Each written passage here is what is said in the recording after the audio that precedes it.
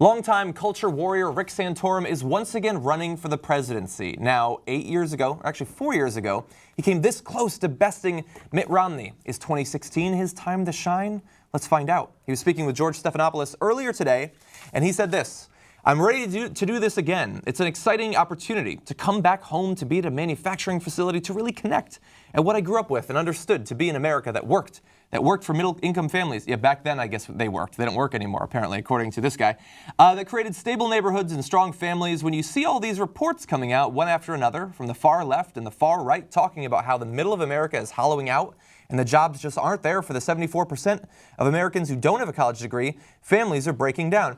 It's interesting because he started that sentence like he was going to end with a solution, but no solution presented itself. No, but that's the thing about Rick Santorum and a lot of Republican candidates. Oftentimes they'll be very critical of Obama's economic plan, which I would also argue hasn't been the best. But what is your solution, right? There's nothing to criticize. Are they interested in closing corporate tax loopholes to increase federal revenue so we can actually fund programs that make sense? No, they have no interest in that.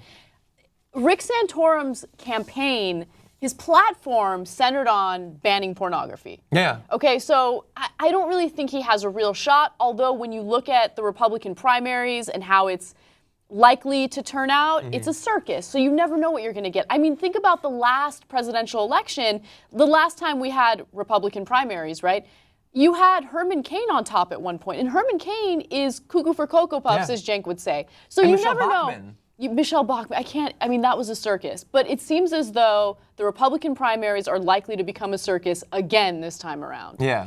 Yeah, it was basically, like, I love your circus analogy, because it's basically at some point the pressure is going to build up in that clown car and someone is going to come spewing out of the passenger side. Yeah. We don't know who it might be. It might actually be Rick Santorum. He seems like a kind of ridiculous long shot candidate now, but he did come within, he actually beat Mitt Romney in the Iowa caucuses by like 35 votes.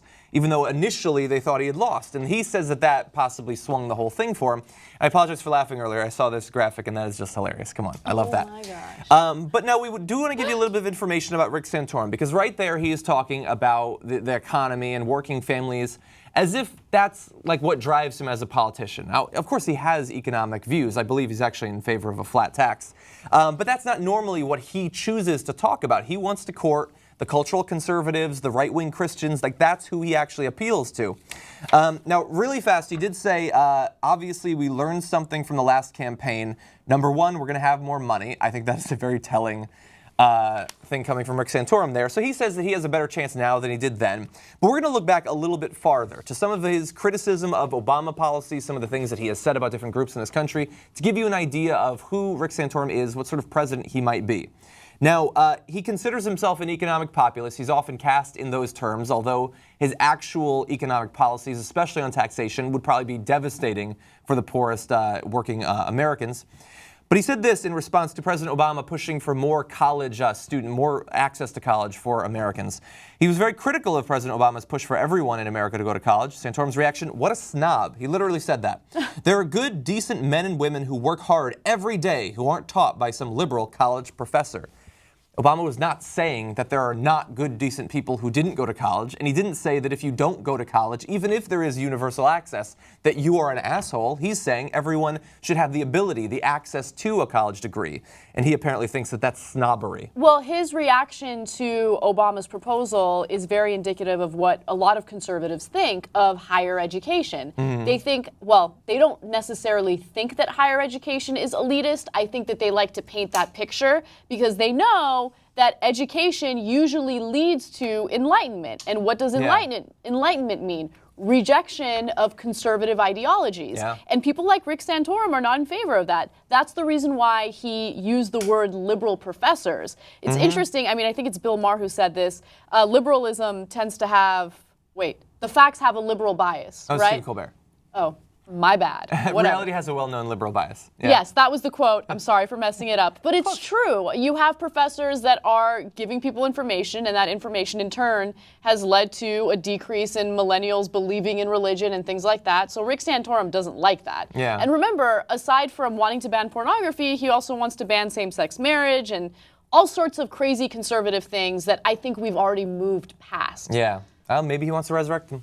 I personally think that he doesn't go far enough. I mean, it's all well and good to say that everyone doesn't need to go to college. I think it's snobbery to say that every kid should go to elementary school. I think that a kid should work, his brain should be filled up with discipline and work ethic, and his lungs should be filled up with coal dust. Yeah. I think that's enough for any American in my America. But as you said, he does believe he's against homosexuality, he's against same-sex marriage. Like this is the sort of core issue that Rick Santorum often brings up. He said in a 2003 interview, he likened homosexuality to bigamy, polygamy, incest, and adultery, but said he didn't want to pick on homosexuality because it's not, man on child, man on dog, but he is looking into those. By the way, I'm sorry to interrupt you. What's wrong with polygamy?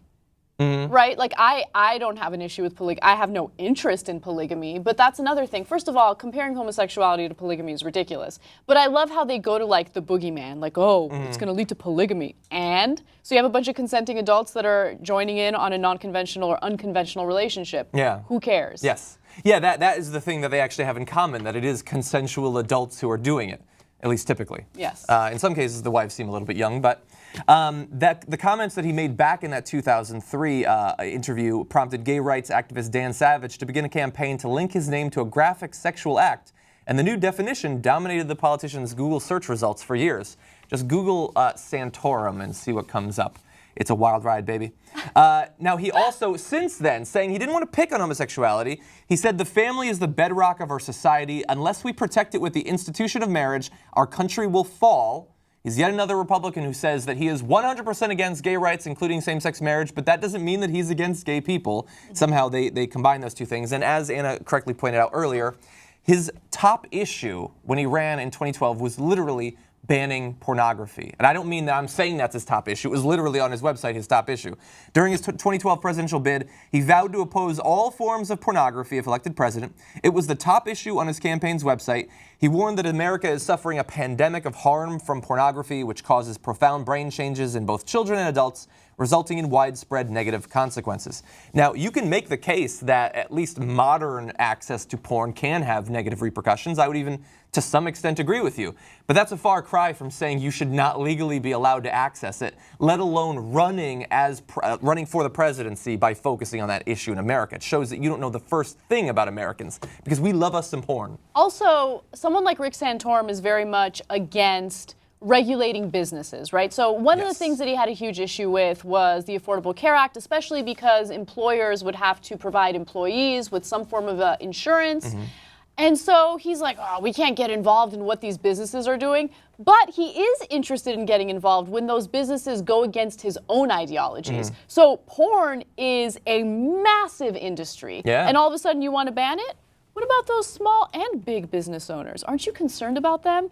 No, because it goes against your conservative ideology. So he's just all over the place. And I have a hard time taking him seriously. But again, considering how much time there is between now and, the election, that's an eternity. So considering all the other candidates, there's a possibility that he could be a front runner for the Republican ticket, and that's scary.